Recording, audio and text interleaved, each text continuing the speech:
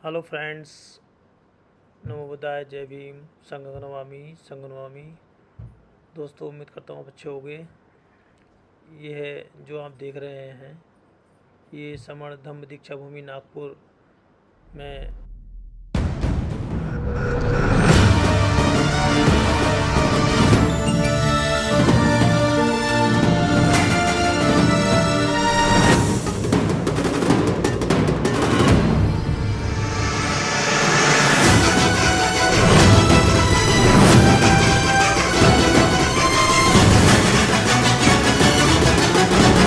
पर जिसमें 20 लाख से भी अधिक साथी वहाँ पे पहुँचते हैं। तो सर, क्या है ये कार्यक्रम, क्या लगता है और किस तरह से यहाँ भीड़ रहती है, थोड़ा सा हमारे दर्शकों को बताएं प्लीज़।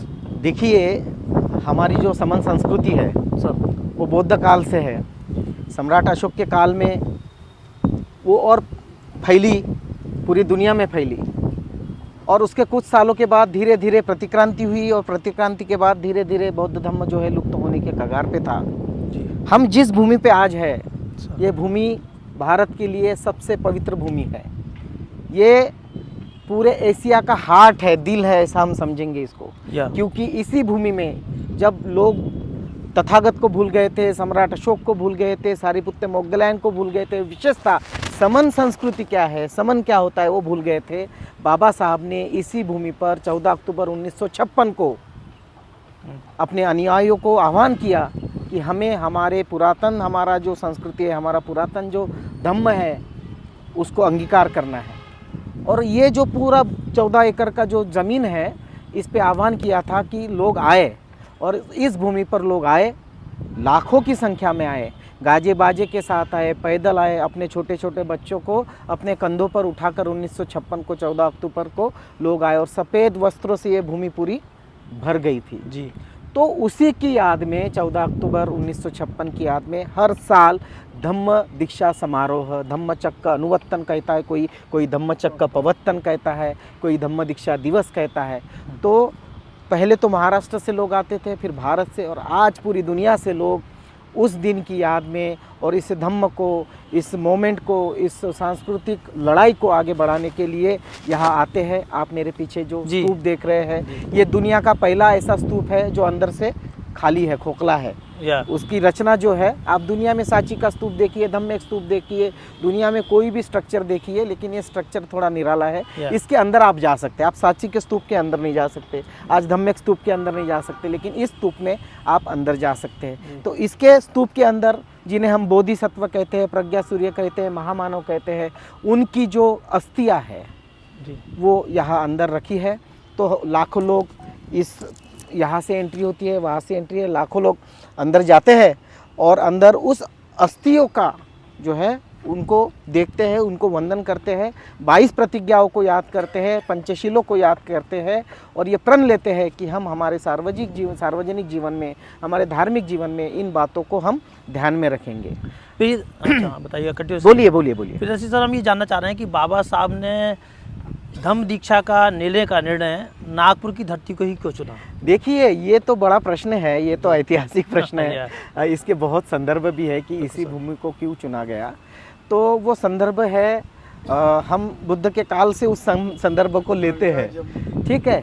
तो हम गाथाओं में भी सुनते हैं, लंका, जम्बूद्वीपे, नागलोके, 10 पुरवरे, ये शब्द हम सुनते हैं ना।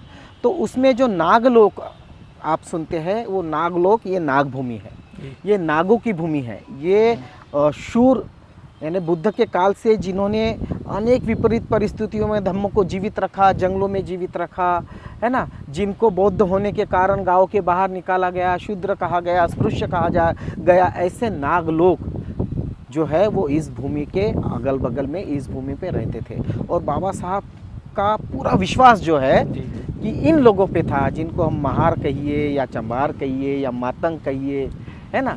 फिर साउथ में हम माला कहते हैं, मादिगा कहते हैं, उत्तर में आप उसको चमार कहते हैं, है ना। उन सब लोगों पे बाबा साहब का एक भरोसा था कि मैं जो 2500 साल के बाद, बुद्ध के महापरिनिर्वाण के बाद, इस धम्मचक्रों को गतिमान कर रहा हूँ, प्रवर्तित कर रहा हूँ, तो मेरा लोग जो है इसको आगे ले जाएंगे, ऐसा पूरा विश्वास था। इसीलिए 14 अक्टूबर को 13 और 14 तारीख जो है यहाँ हम तय हुई उसका और एक कारण है कि तथागत ने आनंद को ये बात कही थी। जी। आनंद ने जब पूछा था कि तथागत अब तो महिलाओं का भी संग हो गया है, तो अब हमारा धम्म कितने दिन टिक सकता है, तो तथागत ने कहा था कि आज से 500 साल तक तो इस धम्म को हम देख पाएंगे कि ये, और ये फिर रिपीट एक प्रश्न हुआ था कि भाई 500 साल के बाद धम्म का क्या होगा। तो आनंद को तथागत ने कहा था कि आप चिंता मत करो, जम्बूद्वीप में मेरे महापरिनिर्वाण के 2500 साल बाद एक बोधिसत्व जन्म लेगा और वो बोधिसत्व पूरे विश्व में, भारत में इस धम्म चक्र को गतिमान करेगा। तो तारीख भी महत्वपूर्ण है क्योंकि उसी तारीख को पूरे 2500 साल महापरिनिर्वाण को हुए थे। और ये जगह भी बहुत महत्वपूर्ण है क्योंकि इसको हम नागलोके कहते हैं, नागलोक जो है ना, नाग भूमि कहते हैं। इसलिए जो आपने पूछा कि इसी भूमि को क्यों ये किया, इसका भी एक हिस्ट्री है कि उधर साउथ नागपुर में भी एक माटे नाम के हमारे उपासक थे, बाबा साहब के प्रचारक थे, उन्होंने 20-22 एकड़ का ज़मीन बोला था। और अलग अलग आप सब पता है, बेंगलोर की भी लोग बोल रहे थे हमारे यहाँ, ये हैदराबाद के लोग बोल रहे थे, मुंबई के लोग, दिल्ली के लोग, लेकिन बाबा साहब ने इस भूमि को चुना।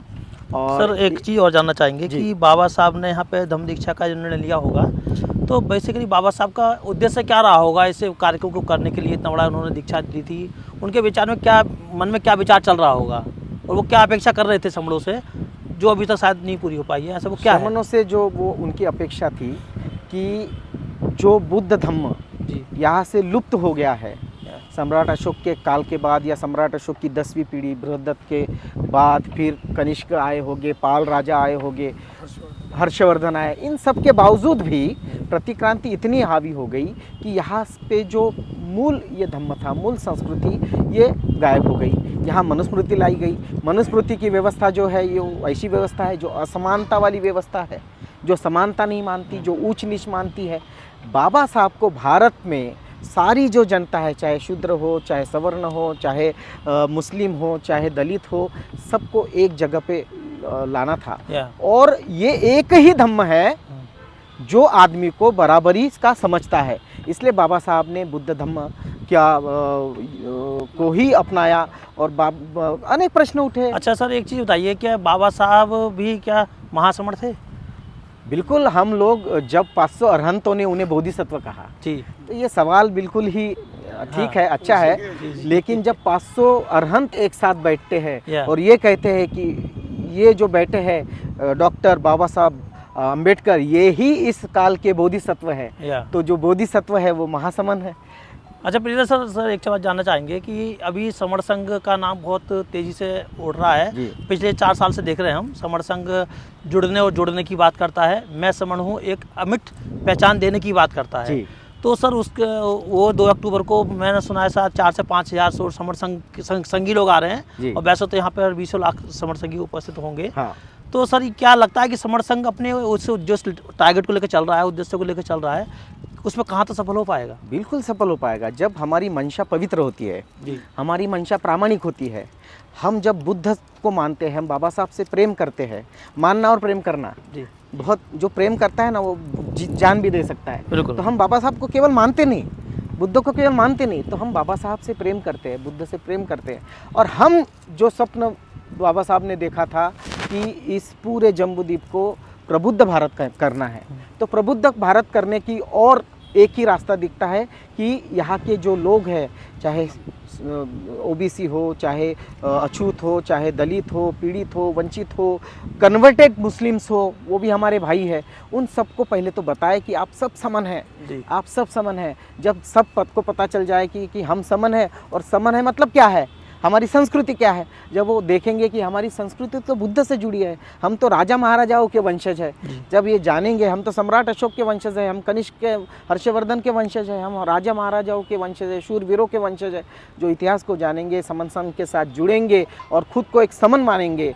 और जब समन मानेंगे तो धीरे धीरे उनकी प्रज्ञा जागृत होगी, धीरे धीरे उनमें जो विजडम है वो जागृत होगा, भाईचारा निर्माण होगा, महिला पुरुष भेद खत्म होगा, हम में भी जो उपजातियां है उसका भी भेद खत्म होगा, और एक उज्जवल प्रज्वल सोचने वाला समझने वाला समाज तैयार होगा। और हम देखेंगे कि जिस तरह से आज मनुस्मृति को मानने वाले, मनुवाद को मानने वाले, उच्च नीच को मानने वालों की सरकारें हैं, ये समन संघ इतना मजबूत हो कि हम इन सरकारों को गिरा दे और एक प्रबुद्ध भारत, एक उज्जवल भारत, एक वैज्ञानिक भारत, जी। एक बुद्ध को समता, स्वतंत्र, बंधुता, करुणा, मैत्री को जानने वाला भारत निर्माण हो, यही आशा हम सर, समंग संघ से रखते हैं। बहुत बहुत साधुवाद सर। हम लास्ट में ये चाहेंगे कि हमारे जो भी साथी दर्शक देख रहे हैं, आप समड़ों के लिए क्या संदेश देना चाहेंगे कि 2 अक्टूबर को यहाँ जो कार्यक्रम होने जा रहा है, महासमड़ों का मेला लगने जा रहा है, समड़ों का कुंभ लगने जा रहा है, उन समड़ों के लिए आपकी तरफ से क्या बिल्कुल मैं निर्देश, आह्वान करूंगा, आह्वान है सर?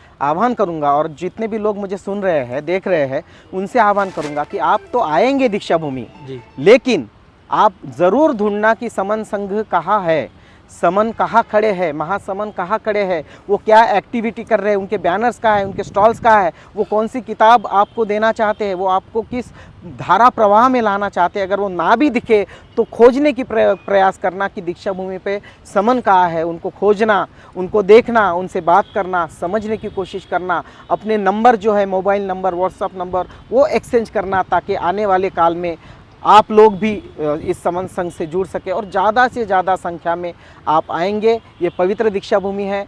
हम लोग 70-72 सालों से यहाँ लोगों का हुजूम देखते हैं, लाखों करोड़ों लोग आते हैं। यहाँ कभी भगदड़ नहीं होती, यहाँ कभी असुविधा नहीं होती, यहाँ किसी के वजह से किसी को तकलीफ़ नहीं होती। हमारी माता बहनें आती है, बेटियाँ आती है, तो यहाँ हमारी माता बहनें को भी कभी तकलीफ़ नहीं होती। तो ऐसी ये जगह है जहाँ कोई किसी को तकलीफ़ नहीं देता है। तो आप आइए, किसी की जेब नहीं खट्टी, किसी का कुछ नुकसान नहीं होता। तो आप आइए, लाखों की संख्या में आइए, समनों से मिलिए, अपनी बात रखिए, सोचने समझने की प्रक्रिया में आ जाइए और इस समन संघ से जुड़िए। धन्यवाद जी सर, बहुत बहुत साधुवाद। बहुत सर साधुवाद। आपने हमारे दर्शकों को धन्यवाद। अच्छा मार्गदर्शन दिया, थैंक यू।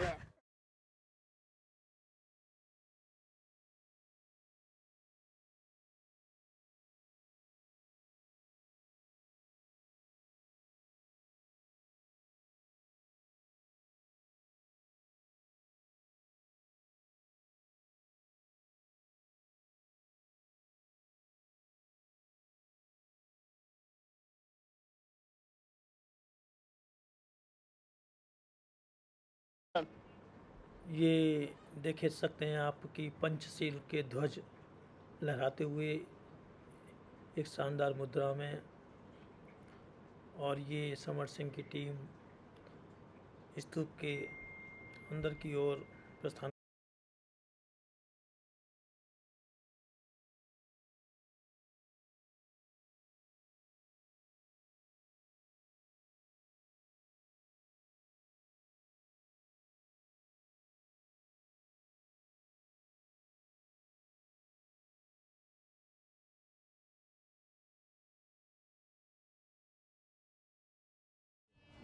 तो उसको पैसे का मोमेंट का अगर ये प्रोफेशनल होता ये तो उनका पहले पैसे स्तूप का मुख्य अभी उसको द्वार मालूम है मोमेंट का पैसा है, सांची मोमेंट का कार्य से ये उसको किसी को द्वार कोई का लेना देना नहीं। डिजाइन दिया गया है, जब देंगे और तब उसी तरह तो इसमें भी दीक्षा दी जाती है। ये गुरु प्रसाद सर से जिम्मेदारी है, क्योंकि ही विल बी रिस्पॉन्सिबल। और ये उसके बराबर में स्टिच वाला तथागत भी है। बुद्ध की प्रतिमा आइए विद प्रकाश सर। स्थापित की हुई है।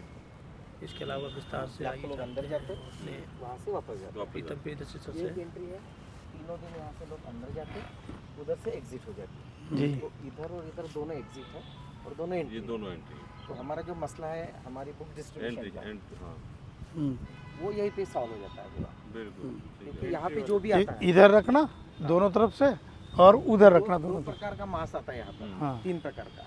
एक जो मांस आता है उनको इधर से कुछ लेना देना नहीं है। हाँ वो किताबें किताब बेचो, हाँ कुछ बेचो म्यूजिक बजाओ, जी यहाँ खाना खाओ, उससे कुछ नहीं। वो चुपचाप आता है, दर्शन लेते यहाँ से आता है, स्तूप में जाता है, सीधा बाहर अपने घर चला जाता है। दर्शन तो लेते। ऐसे मास्क से कन्वर्सेशन करना है तो अपने को ये एक पॉइंट और एक ये पॉइंट, पॉइंट है उनके लिए ठीक है। और आराम से चलते आराम क्योंकि से क्यों कोई में टेंशन नहीं हाँ है, है ना। चलते हैं रुक के चलते बता सकते हैं, अपन उनको किताब दे सकते हैं।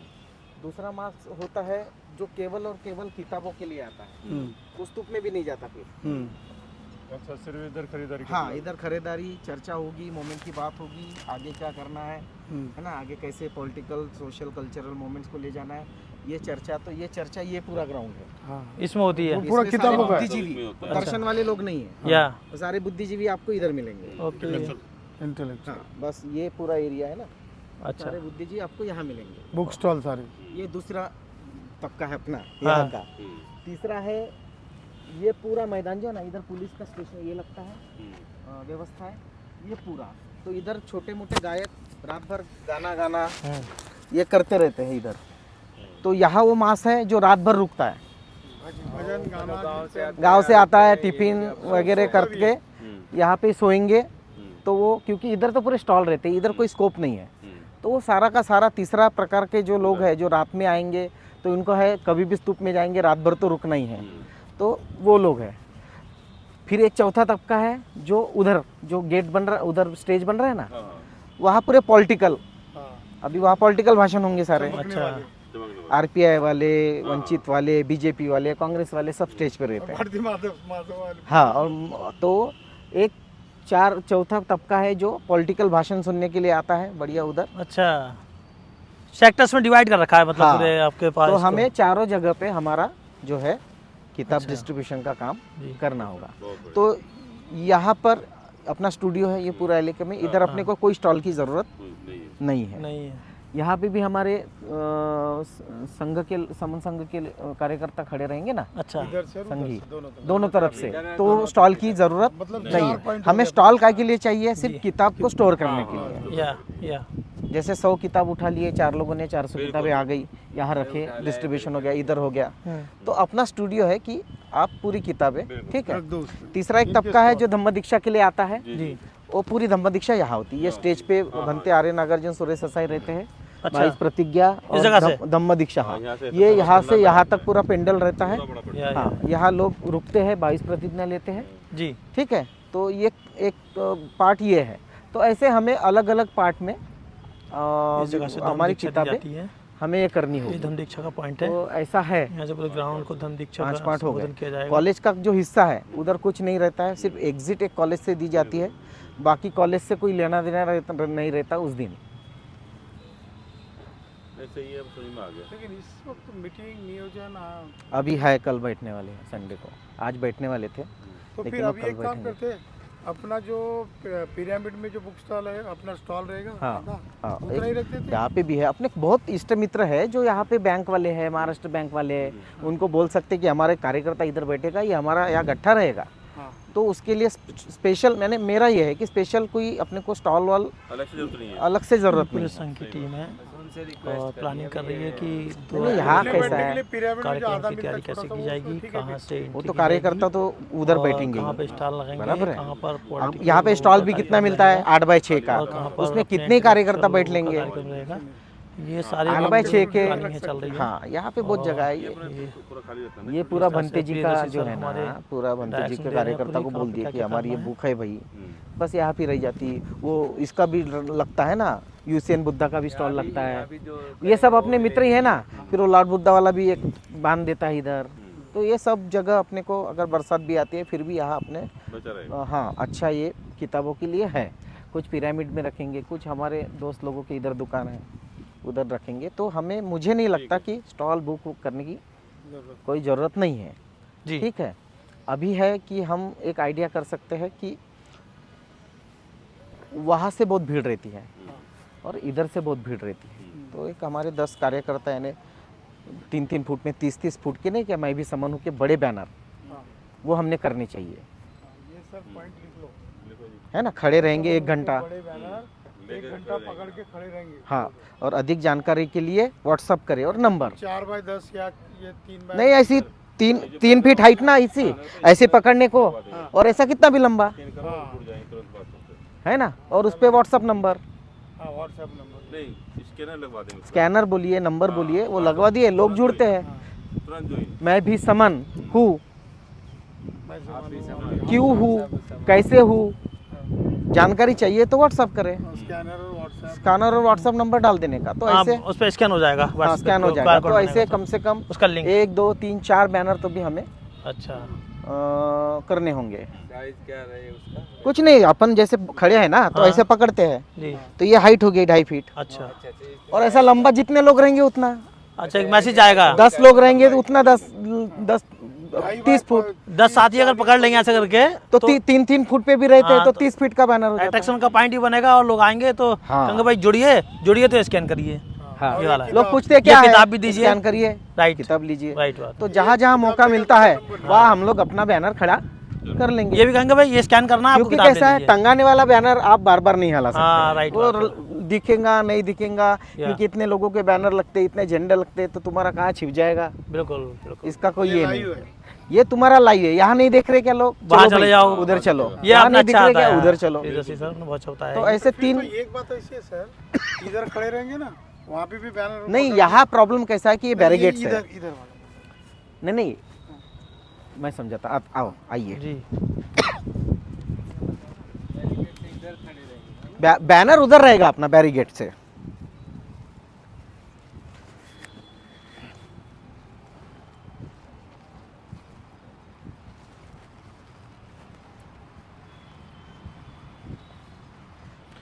पूरी है ना, संघ की यहाँ से टीम एंट्री है, पूरे मैदान का तो हम लोग यहाँ लाइन से खड़े रहे के, कहाँ की व्यवस्था कैसे रहेगी, कहाँ कौन ऐसे, सा बैनर और लगना बैनर है, अंदर कहाँ पे कौन सा ऐसा स्टॉल पकड़ लगना के। है, कहाँ पे किसका क्या हाँ। प्रोग्राम रहेगा, पढ़ते रहो। बहुत ही गहनता के साथ बारीकी से जांच करते हुए क्राउड इतनी रहती जब क्राउड नहीं रहेगा तब नहीं, जब क्राउड कम रहेगा। हम डॉक्टर आए हुए हैं समर संघ भाई हमारे आगे की व्यवस्था देखने के लिए, तो हम आपको आगे लिए चलते हैं। चलिए ठीक है। यहाँ पर खड्डा किया था पूरा, यहाँ पर हम खड़े। Now start. ये अभी लोग पहुँच गए हैं दमदही नागपुर, अभी पूरा ग्राउंड है, तो कार्यक्रम जबरदस्त लगने वाला है।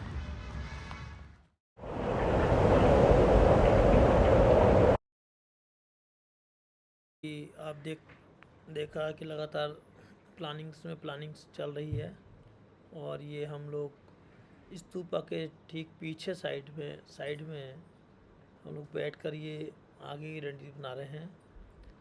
आप देखिए सांची के स्तूप से लिया हुआ ये द्वार है, इसमें जो ये धम्म चक्र लिया हुआ है ऊपर लगा है, उसके नीचे अशोक की लाट सुशोभित हो रही है, और साथ ही साथ अन्य चक्र भी तमाम लगाए हैं, और भी तमाम सारे जानवर जो कि बौद्ध धर्म से प्रेरित हैं उनकी सबकी यहाँ पर प्रतिमाएं लगाई गई हैं, चाहे वो सिंह हो, चाहे वो हाथी हो, घोड़ा हो, इस तरह से चाहे अशोक की लाट हो, चाहे धम्म चक्र हो, ये सब लगा है। साथ ही साथ देखिए आप देख सकते हैं कि संघ की टीम पूरा एक एक पॉइंट को पॉइंट आउट कर रही है, और प्रत्येक पॉइंट पर डिटेल से चर्चा कर रही है, जिससे कि कोई भी कमी रहने ना पाए। और ये हमारे जो प्रीतम सर हैं, ये काफ़ी चीज़ों को, चूँकि लोकल में रहते हैं, लगातार कार्यक्रम में शिरकत करते हैं, तो इन्हें अच्छा आइडिया है। साथ रमेश खटके सर भी महाराष्ट्र के रहने वाले हैं, तो उनको भी काफ़ी अच्छा आइडिया है। बाकी पूरी टीम, समर संघ की टीम यहाँ पर बैठी है, और काफ़ी देर से एनालिसिस कर रहे हैं इसका।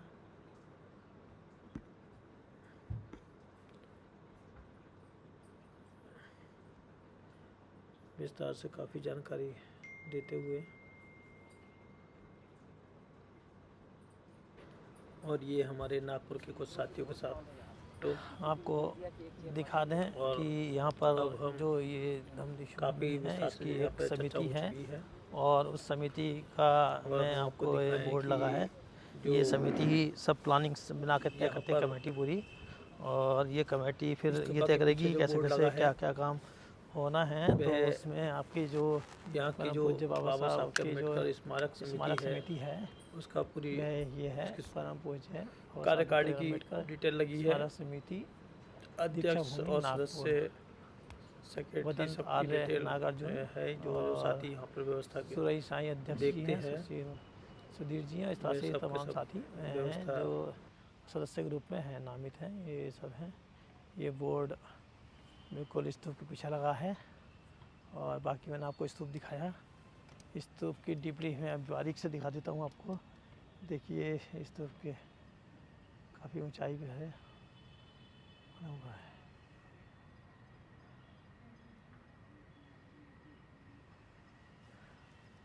और ये बहुत दूर दूर तक मैदान है, यहाँ पे कॉलेज भी है, दीक्षा भूमि का ही है नागपुर का, और ये पूरे मैदान के चारों तरफ पेड़ लगे हैं। ये समर सिंह जी भाई प्लानिंग कर रहे हैं। ये सब पार्किंग है।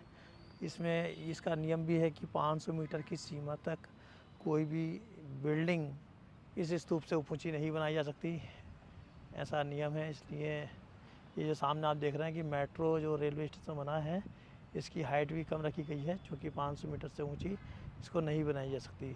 और धम्म दीक्षा भूमि के नाम से ही ये मेट्रो स्टेशन रहेगा। और ये जैसा कि हमने बाहर स्तूप देखा था, सेम वैसे ही स्तूप यहाँ पर ये रखा गया है। कांच के अंदर एजिटिज बनाया गया है। और हमने इसको लोकार्पण करते हुए, दर्शन करते हुए, अब आपको एक यहाँ पर एक चक्कर चारों तरफ होकर दिखाते हैं आपको।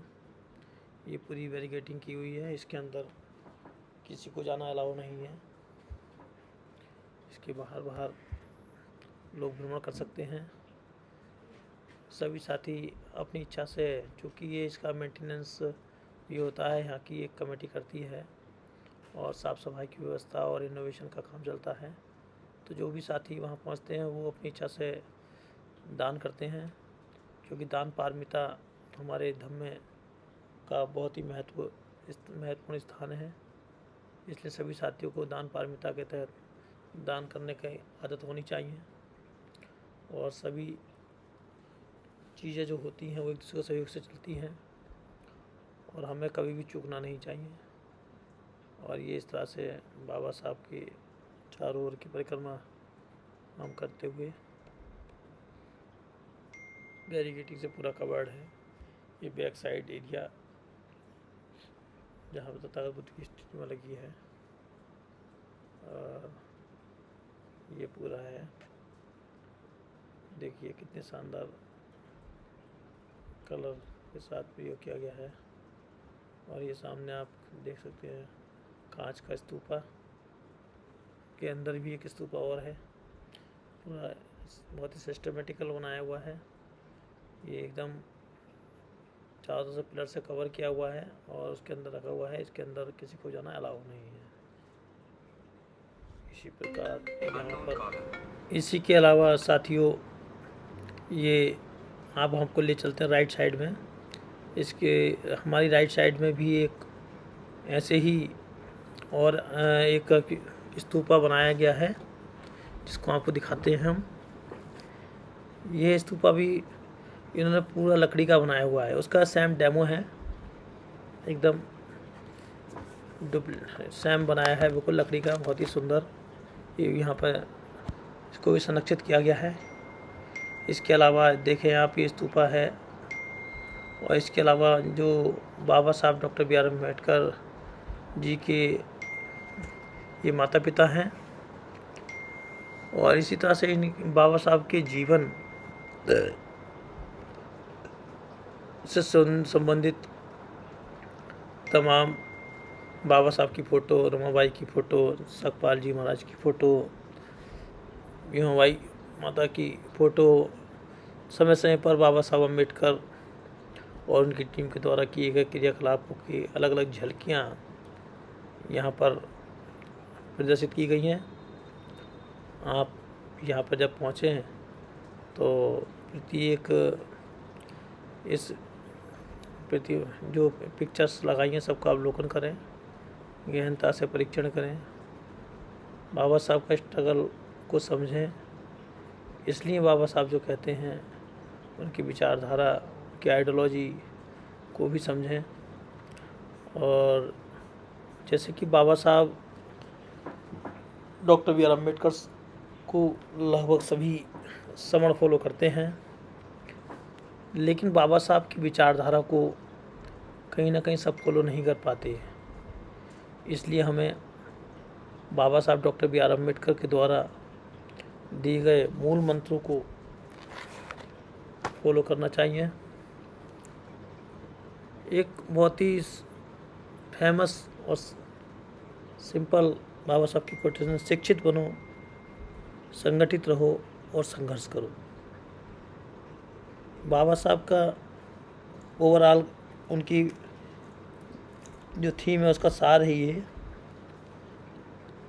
हमारे जो समण हैं वो शिक्षित बने तो निश्चित रूप से उनका विकास हुआ, वह उन्नति के मार्ग की ओर प्रशस्त हुए। लेकिन दूसरा बाबा साहब ने कहा था ऑर्गेनाइज रहिए, संगठित रहिए। हमारे साथी अभी संगठित नहीं हो पा रहे हैं, बिना संगठित हुए ही एक सफल होने का प्रयास कर रहे हैं, लेकिन किसी भी क्षेत्र में सफलता प्राप्त नहीं हो पा रही है। चूँकि हम टुकड़ों में रहकर लक्ष्य की प्राप्ति करना चाहते हैं, जबकि हमारे महासमर्थ बाबा साहब डॉक्टर बी आर अम्बेडकर ने कहा था कि ऑर्गेनाइज रहें, संगठित रहें, संग रहें। जब हम इकट्ठा रहते हैं तो हमेशा सफल रहते हैं, हम मजबूत रहते हैं। प्राइमरी की पाठशालाओं में भी हमें पढ़ाया जाता है कि जब लकड़ी का गट्ठा इकट्ठा होता है तो बहुत ही मजबूत और सशक्त रहता है, और जब उसको खोल दिया जाए तो वो जो लकड़ियाँ अकेले में कोई भी उनको तोड़ सकता है। इसी प्रकार साथियों, जैसे कि आप देखते हैं कि जैसे झाड़ू होती है, और जब झाड़ू इकट्ठा होती है तो वह कचरा साफ करने के काम आती है, और उसी झाड़ू को जो कि बंधी होती है एक बंडल के साथ, एक संग के साथ, उसी को यदि हम खोल देते हैं और वो बिखर जाती है तो वो खुद एक कचरा बन जाती है। और जब कचरा बन जाती है तो कचरे को बाहर कर दिया जाता है। इसी से हमें इस बात को समझना चाहिए कि जब तक हम ऑर्गेनाइज नहीं होते हैं, संगठित नहीं होते हैं, तब तक हम इसी तरह कचरे की तरह हमारा शोषण होता रहेगा।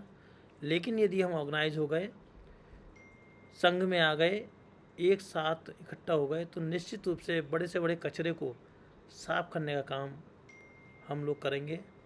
इसलिए मेरा सभी साथियों से अनुरोध है, आह्वान है कि हम लोग जो पढ़े लिखे हैं वो अपनी बुद्धि का प्रयोग करें, स्वयं का एनालिसिस करें, और बुद्धि का प्रयोग करते हुए अपने आचरण करें, कर्म करें, अपने शीलों को धारण करें। साथ ही साथ हमारे अपने महापुरुषों की बात को अनुसरण करें, जिन्होंने फोकस किया था ऑर्गेनाइज रहने के लिए। चाहे महासमर्थ बाबा साहब अम्बेडकर हों, चाहे हमारे तथागत गौतम बुद्ध हों, चाहे हमें रविदास, संत श्रोमणी रविदास जी हों, पेरियारी मीराबा स्वामी हों, कबीर दास हों, या जितने भी महासमण हुए, सभी ने कहा ऑर्गेनाइज रहिए, इकट्ठा रहिए। यहाँ तक कि हमारे जो पूर्वज हैं, हमारे दादा परदादा हैं, जब वे अंतिम सांस लेते हुए भी जाते हैं तो वो अपने बच्चों को यही शिक्षा और ज्ञान देते हुए जाते हैं कि बेटा साथ साथ रहना, एक साथ रहना, जुड़े रहना, तो आपको मजबूत रहेंगे, सुरक्षित रहेंगे। तो ये बात हमारे समण साथियों को समझ में क्यों नहीं आती।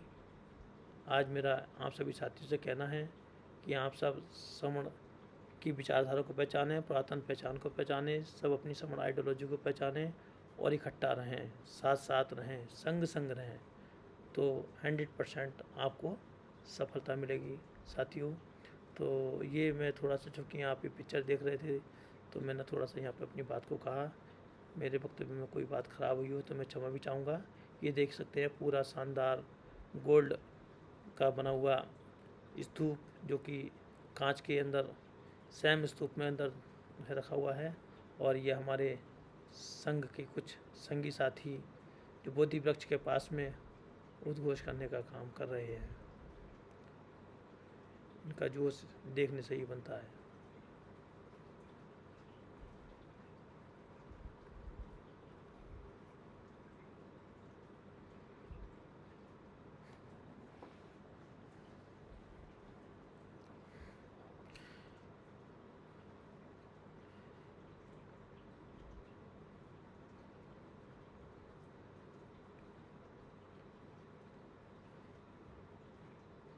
जहाँ पर हम संग हो जाते हैं, संग में हो जाते हैं, हमारी एनर्जी बढ़ जाती है हौसला बुलंद हो जाता है, हम ताकत में आ जाते हैं, हमारे अंदर जोश प्रवाह हो जाता है। इसलिए हमें जोशीले बना रहने के लिए, ताकत में रहने के लिए हमें संग संग रहना चाहिए, एक साथ रहना चाहिए। ऐसा आह्वान आशा विश्वास के साथ मैं सभी साथी से अनुरोध करूँगा कि हम सब संग संग रहें। ये वहाँ की आया मेरे साथ में, यहाँ पर मेरे साथ में 15 से 20 समर संगी मेरे साथ आए हैं। और जो 2 अक्टूबर को यहाँ पर समड़ों का महामेला लगने वाला है, समड़ों का महाकुंभ लगने वाला है, उसकी पूरी व्यवस्था देखने के लिए आए हुए हैं।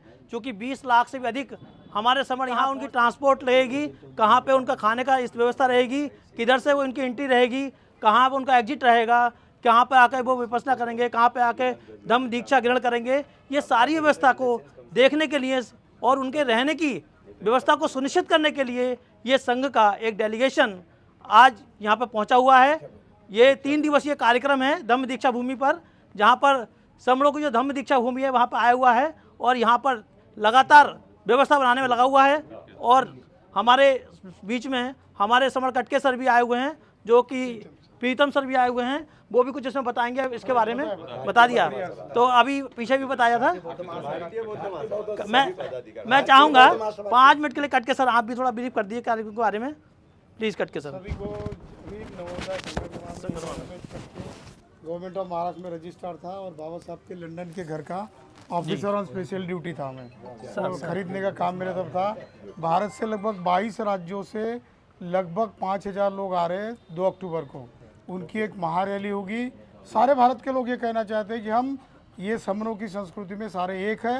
SC, ST, OBC और कन्वर्टेड माइनॉरिटीज के सारे लोग भारत के इधर आकर कहते हैं एक हो जाओ और नेक हो जाओ, इकट्ठा हो जाओ, तो ही आपका भविष्य सुरक्षित है। अन्यथा बाबा साहब ने जो हमको पूरी जिंदगी दी है वो बर्बाद ना करे, अगली जनरेशन के लिए आप कुछ सुरक्षित छोड़ जाए। जय भीम, नमो बुद्धाय। बहुत बहुत साधुवाद। समण हमारी अमिट पहचान है, हमें उसे पहचानना चाहिए। हम समण हैं। वो एक लाइन मुझे बोली, मेरे चैनल पे बोली। जी जी ठीक है। वो शायद आप बोलने वाले थे ये। अच्छा कोई बात नहीं, थोड़ा जय भीम, नमो बुद्धाय। मैं रमेश रुकमाबाई नामदेव कटके, मैं गवर्नमेंट ऑफ महाराष्ट्र में रजिस्ट्रार था और बाबा साहब का जो लंदन का घर खरीदा गया उसका ऑफिसर ऑन स्पेशल ड्यूटी था। हम यहाँ पर इसलिए आए हैं आज कि दीक्षा भूमि पर 2 अक्टूबर को लगभग भारत के 23 राज्यों से 5000 लोग आ रहे हैं। उनका एक ही मैसेज है आपको कि सारे भारत के SC, ST, OBC और कन्वर्टेड माइनॉरिटीज जो इतिहास में आप समझ थे, सब इकट्ठा आ जाओ। इकट्ठा आएंगे तो ही बचेंगे, अन्यथा बाबा साहब ने जो आपके लिए धरोहर छोड़ी है, आपका जीवन बाबा साहब की वजह से और किसी से नहीं। और वो संविधान दिया है, बुद्ध का धम्म दिया है, ये हम लोग की विरासत है, इसको बचाना है। अगली जनरेशन को अगर सुखी देखना चाहते हो तो सारे भारत के सब लोग इकट्ठा हो जाओ। इकट्ठा नहीं हो जाएंगे तो सारा कुछ बर्बाद हो जाएगा। अगली जनरेशन आपको दोष देगी कि आपने जगाया नहीं लोगों को, हमारे लिए विरासत में कुछ नहीं छोड़ा है।